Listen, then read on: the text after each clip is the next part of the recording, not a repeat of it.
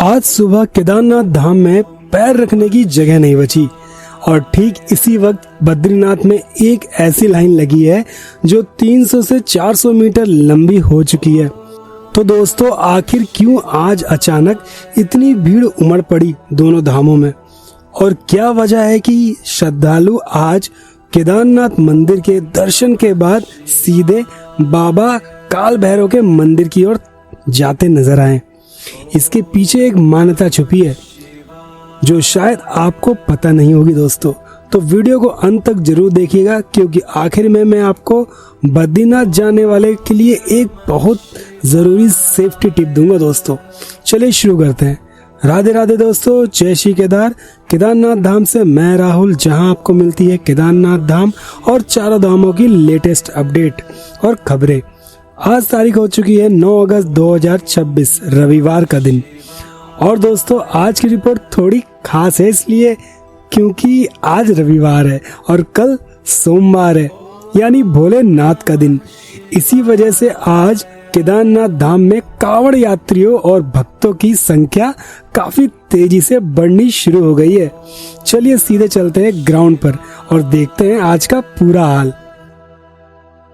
सबसे पहले बात करते हैं दोस्तों मौसम की। दोस्तों, आज सुबह के समय केदारनाथ धाम में हल्की हल्की बारिश हो रही थी और बादल छाए हुए थे, जिसकी वजह से मौसम थोड़ा ठंडा और थोड़ा पैक सा महसूस हो रहा था। लेकिन दोस्तों, जैसे जैसे दिन चढ़ा, यानी करीब 9 बजे के बाद बारिश रुक गई और हल्की धूप निकल आई। इस धूप ने पूरे माहौल को एकदम सुहाना बना दिया। तो अगर आप सुबह सुबह केदारनाथ का मौसम देखकर घबरा गए थे तो दोस्तों टेंशन मत लीजिए, दिन चढ़ते ही स्थिति सुधर जाती है। अब दोस्तों एक ऐसी जगह की बात करता हूँ जो शायद हर श्रद्धालु के दिल के सबसे करीब होती है, वो है संगम घाट। जी हाँ दोस्तों, जरा सोचिए, केदारनाथ मंदिर के ठीक सामने खुले पहाड़ों के बीच ठंडे पानी में स्नान करने का जो एहसास होता है ना दोस्तों, वाकई में वो शब्दों में बयां करना बहुत मुश्किल है। और ठंड तो वहां रहती है दोस्तों, लेकिन एक बात कहूँ दोस्तों, जब बाबा की भक्ति दिल में चढ़ जाती है ना, तो वो ठंड भी दूर भाग जाती है। बहुत सारे श्रद्धालु आज सुबह वहां स्नान करते हुए दिखे दोस्तों। उनके चेहरे पर जो सुकून था वो देखने लायक था और एक अलग ही आनंद होता है दोस्तों बाबा के यहाँ पर नहाने का। और दोस्तों जरा ओम के पास वाला नज़ारा देखिए, आज वहां का दृश्य वाकई अलग नजर आ रहा है। अलग सी भव्यता चमक रही है दोस्तों। चारों तरफ पहाड़ कोहरे में पूरी तरह से लिपटे हुए हैं, सिर्फ खूबसूरती ही खूबसूरती नजर आ रही है। कभी कभी सूरज देवता थोड़ी देर के लिए दर्शन देते हैं, लेकिन ज्यादातर वक्त वो बादलों के पीछे ही छुपे रहना पसंद करते हैं आजकल। अगर आप प्रकृति प्रेमी हैं तो ये नजारा आपको तो मंत्रमुग्ध कर देगा दोस्तों। अब दोस्तों बात करते हैं रास्ते और सुविधाओं की। अगर आप हेलीपैड से सीधे मंदिर की तरफ आ रहे हैं तो रास्ते में हॉट बाजार क्षेत्र पड़ता है। यहाँ दोस्तों निःशुल्क सुलभ शौचालय की सुविधा है, साथ ही गर्म पानी की भी व्यवस्था है, तो नहाने धोने की चिंता बिल्कुल मत कीजिए। हॉट बाजार के पास रजिस्ट्रेशन काउंटर है और आज वहां अच्छी खासी लंबी लाइन लगी है। तो अगर आप आ रहे हैं तो दोस्तों थोड़ा समय रजिस्ट्रेशन यानी टोकन के लिए आपको लेकर चलिएगा। इसके अलावा आपको HDFC और SBI दोनों बैंक के ATM भी मिल जाएंगे, लेकिन ध्यान रखना दोस्तों, थोड़ा जल्दी पहुंचिएगा ATM, वरना कैश खत्म हो जाता है। तो कैश की वजह से दिक्कत होती नहीं है दोस्तों, ठीक। फिर भी आपको एक मैं अपनी तरफ से टिप दे रहा हूँ, अगर आपको निकालना ही है थोड़ा जल्दी चाहिए, ठीक है। अब सबसे बड़ी बात आज की भीड़ की। दोस्तों सच बताओ तो आज पैर रखने की जगह बिल्कुल मुश्किल से मिल रही है। बहुत भारी भीड़ है भाई। आज मंदिर प्रांगण में चारों तरफ बस एक ही आवाज गूंज रही है, ओम नमः शिवाय। ऐसा माहौल दोस्तों बार बार देखने को नहीं मिलता, वो भी सावन जैसे मौसम में। लेकिन दोस्तों यहाँ एक अच्छी खबर भी है। इतनी भीड़ के बावजूद जो श्रद्धालु इस वक्त पहुंच रहे हैं उनके दर्शन काफी आसानी से और सुचारू रूप से हो रहे हैं। प्रशासन की व्यवस्था अच्छी तरह से काम कर रही है। जिसकी वजह से भीड़ होते हुए भी अफरा तफरी जैसी स्थिति पैदा नहीं हुई है। मंदिर प्रांगण में श्रद्धालु नंदी महाराज के भी दर्शन कर पा रहे हैं आराम से। अमृत कुंड के पास भी गंगा जल लेने वाले की अच्छी खासी लाइन लगी हुई है। अगर आप यहाँ आ रहे हैं तो गंगा जल अपने साथ जरूर ले जाइएगा। थोड़ा धैर्य रखिएगा लेकिन, क्योंकि लाइन काफी लंबी है दोस्तों। अब दोस्तों एक ऐसी बात बताता हूँ जो शायद आपको पता नहीं होगी। केदारनाथ मंदिर के दर्शन के बाद आज बड़ी संख्या में श्रद्धालु मंदिर मार्ग से होते हुए बाबा काल भैरव के मंदिर की तरफ जा रहे हैं। रास्ते में काल भैरव मंदिर के पास भी काफी संख्या में श्रद्धालु मौजूद है। दोस्तों इसके पीछे एक मान्यता छिपी है। माना जाता है कि पूरी केदार घाटी की रक्षा खुद बाबा काल भैरव करते हैं। इसलिए जो श्रद्धालु केदारनाथ आते हैं वो बाबा काल भैरव के दर्शन जरूर करते हैं, क्योंकि इनके बिना बाबा की यात्रा अधूरी है दोस्तों।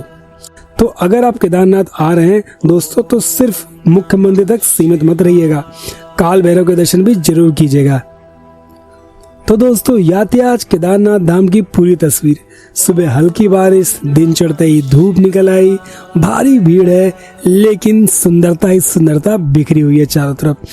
यात्रा और भीड़ सुचारू रूप से चल रही है दोस्तों, क्योंकि भीड़ से ही लगता है कि यहाँ बाबा का मेला लगा हुआ है दोस्तों दर्शन का।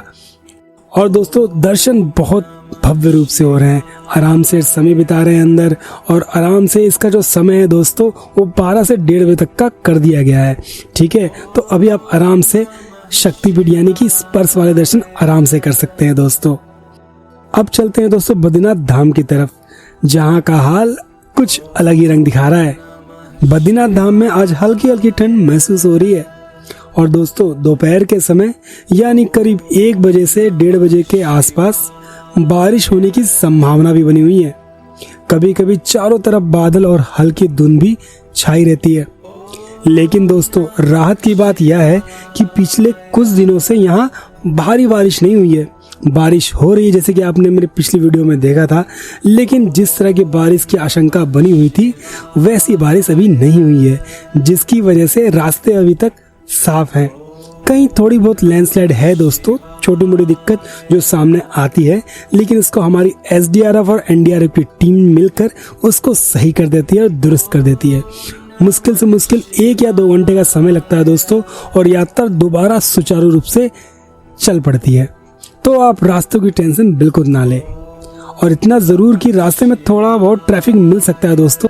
इसके लिए तो फिर आपको मानसिक रूप से तैयार रहना ही पड़ेगा, क्योंकि दर्शन जो करने हैं आपको बाबा के। अब दोस्तों बद्रीनाथ की भीड़ की बात करते हैं। यहाँ की तस्वीर वाकई चौंकाने वाली है। पिछले कुछ दिनों से बद्रीनाथ धाम में यात्रियों की, खासकर कांवड़ यात्रियों की काफी भारी भीड़ पहुंच रही है दोस्तों। याद है आपको दोस्तों, मैंने कुछ वीडियो पहले कहा था, नहीं 2-3 वीडियो पहले, कि आने वाले दिनों में भीड़ बढ़ सकती है, और वो समय आ चुका है दोस्तों। और अब जो है भीड़ दोस्तों, जब तक जल नहीं होगा तब तक ये भीड़ बढ़ती रहेगी। ठीक है, और आपको बता दूं जो भी यात्री अगर प्लान कर रहे हैं बद्रीनाथ आने का, तो थोड़ा सा आप 1 दिन का टाइम या 2 दिन का टाइम एक्स्ट्रा लेके चलिए।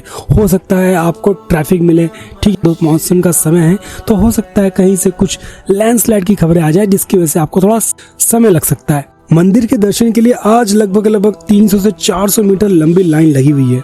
भक्तों की व्यवस्था बनाए रखने के लिए 2-2 या 3-3 करके कतार में दर्शन के लिए भेजा जा रहा है। तो दोस्तों अगर आप बद्रीनाथ आने का प्लान बना रहे हैं, थोड़ा धैर्य रखें और समय दोनों साथ लेकर आइए दोस्तों। ठीक है, मंदिर के कपाट खुलने और बंद करने का समय भी जान लीजिए दोस्तों। मंदिर के कपाट सुबह 4 बजे खुल जाते हैं दोस्तों। ठीक है, और 4:30 बजे के बीच आपको दर्शन होना स्टार्ट हो जाते हैं। भगवान को भोग लगाने का समय होता है लगभग 11 बजे से लेकर 3 बजे तक का, और रात को करीब 9:30 बजे कपाट बंद कर दिए जाते हैं।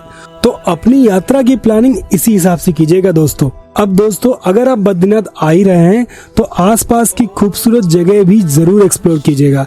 मंदिर से मात्र 3 किलोमीटर दूर माना गांव है, जहां के लिए टैक्सी का किराया करीब 50 रुपए प्रति व्यक्ति पड़ता है। के अलावा चरण पादुका भी यहाँ से पास ही है और घूमने लायक जगह है। तो दोस्तों बद्रीनाथ आकर सिर्फ मंदिर के दर्शन तक सीमित रहिएगा, आसपास इन जगहों को भी वक्त दीजिए दोस्तों। और आपको बता दूं दोस्तों, बद्रीनाथ से सुंदर जगह आपको कहीं नहीं मिलेगी। यहाँ का जो माना गांव है दोस्तों, माना गांव से पहले एक और छोटा सा गांव पड़ता है दोस्तों नीचे की तरफ, जहाँ पर एक बहुत ही सुंदर दोस्तों, बहुत ही ज़्यादा सुंदर एक वाटरफॉल है। अगर उसको आपने नहीं देखा दोस्तों, समझो कि आपने जन्नत नहीं देखी। और इससे भी अगर ऊपर जाना है आपको दोस्तों, वसुंधरा फॉल है दोस्तों। तो वसुंधरा फॉल के लिए भी अलग से ट्रैकिंग होती है दोस्तों, वो भी एक बहुत सुंदर जगह है। आप चाहे तो ऊपर जाइए, स्वर्गारोहणी यात्रा जो होती है दोस्तों, आप वो कर सकते हैं। आप चाहे तो वहाँ माँ सरस्वती नदी का संगम भी आप देख सकते हैं, उनके दर्शन कीजिए, उनका पानी लेके आइए दोस्तों, क्योंकि काफ़ी एक अलग ही एहसास होता है जब हम जाते हैं उस संगम पॉइंट पर दोस्तों। एक बहुत अच्छा मंदिर बना है माँ सरस्वती जी का, आप उनके दर्शन भी जरूर कीजिए दोस्तों। और अगर वहाँ जा रहे हैं दोस्तों तो आपको गणेश गुफा मिलेगी, वहाँ पर ब्यास गुफा भी मिलेगी, और बहुत सारी चीज़ें जो आपको एक्सप्लोर करने के लिए मिलेगी दोस्तों वहाँ पर आपको। तो अब मैं आपको पूरी रिपोर्ट का सार बताता हूँ। केदारनाथ धाम में सुबह हल्की बारिश के बाद अब मौसम साफ हो चुका है। भीड़ आज काफी ज्यादा है। कल सोमवार है, लेकिन दर्शन फिर भी सुचारू रूप से हो रहे हैं। संगम घाट और काल भैरव मंदिर जैसे अनुभव आपकी यात्रा को और खास बना देते हैं दोस्तों। वहीं बद्रीनाथ धाम में हल्की ठंड है, दोपहर में बारिश की संभावना बनी हुई है। रास्ते फिलहाल साफ है, लेकिन ट्रैफिक मिल सकता है दोस्तों। भीड़ यहाँ भी काफी ज्यादा है। कपाट का समय याद रखिएगा दोस्तों, माना गांव जरूर घूमेगा, और ऊंचाई की वजह से थोड़ा सा ऑक्सीजन की दिक्कत हो सकती है। तो अगर आज की यह जानकारी आपके काम आई है तो वीडियो को लाइक करें, चैनल को सब्सक्राइब जरूर करें दोस्तों। अगर अभी तक नहीं किया है तो बेल आइकन जरूर दबा दें, ताकि केदारनाथ, बद्रीनाथ और हर चारों धामों की अपडेट आपको टाइम से मिलती रहे सबसे पहले आपको। कमेंट में बताइए दोस्तों, आप केदारनाथ जा रहे हैं या बद्रीनाथ, कब जा रहे हैं दोस्तों, कमेंट करके जरूर बताइएगा। तब तक के लिए राधे राधे, मिलते हैं नेक्स्ट वीडियो में। जय श्री केदार दोस्तों।